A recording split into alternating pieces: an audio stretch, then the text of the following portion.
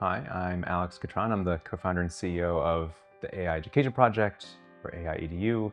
For me, I'm really a believer in AI is more about helping teachers do their work more effectively. And so, sure, that could mean an AI helping teachers personalize a specific or like scaffold learning more effectively for students, to individualize learning for students. But I think if we one of the biggest challenges in education today is students are feeling disengaged. They don't feel like education matters. It doesn't feel relevant. And they gave this advice. It's like, well, if teachers want learning to be more relevant, they should just try to find these kind of interesting, unique, funny, catchy stories to sort of open up their lessons with. And that advice, 5 years ago, that advice might be like, well, that's great. I would love to be able to do that, but not everybody is an expert storyteller or necessarily has those stories in the back of their pocket.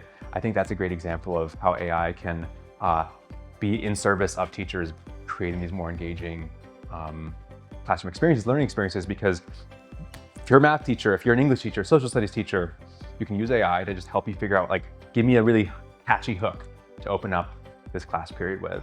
So there's a lot that's baked into safeguards around AI. And so there's a whole conversation to be had about how do you design guardrails within the AI models. But if I can abstract this to sort of for the audience that's here today, the most important thing is, regardless of what the policies are, regardless of what the guardrails are that we have in place, the only way that they work is by the users being competent users and being informed.